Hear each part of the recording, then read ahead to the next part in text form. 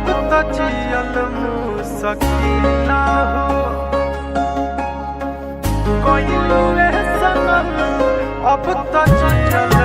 मुश्किला हो।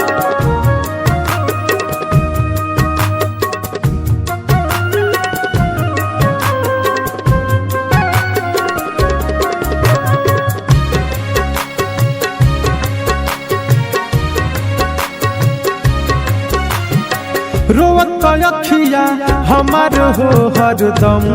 बा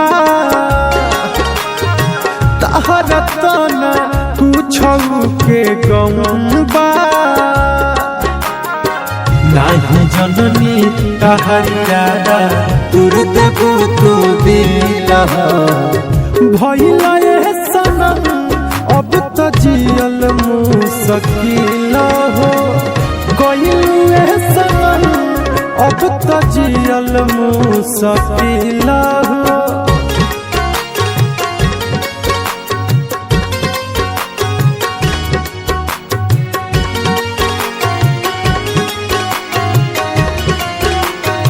Music by Gaurav Roshan.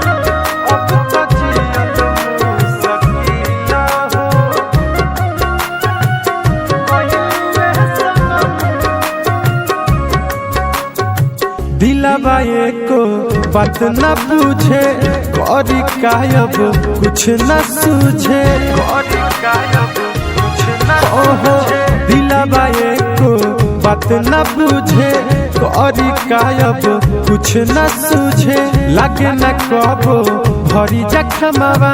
ए रानी जवन दिहलु तुझे के तो न भूलिए भूल न पाई वो पता को जब के पीला भइला ए सनम अब तो जियल मुश्किला हो गइलू ए सनम अब तो जियल मुश्किला हो।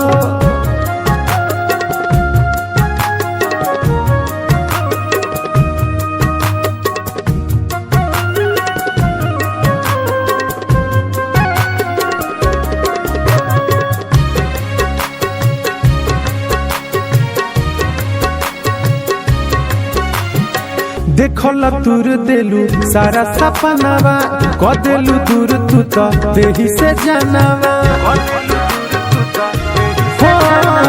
देखला तुर देलू सारा सपनावा क देलू दूर तू तो देही से जानवा दीपक दीवाना के दुनिया उजरल ए बेवफा हो तोरे करनवा राइकर मनोज मतवाला से जाके गइलू मिला भइला ए सनम अब तो जियल मुश्किला हो गइलू ए सनम अब तो जियल मुश्किला हो।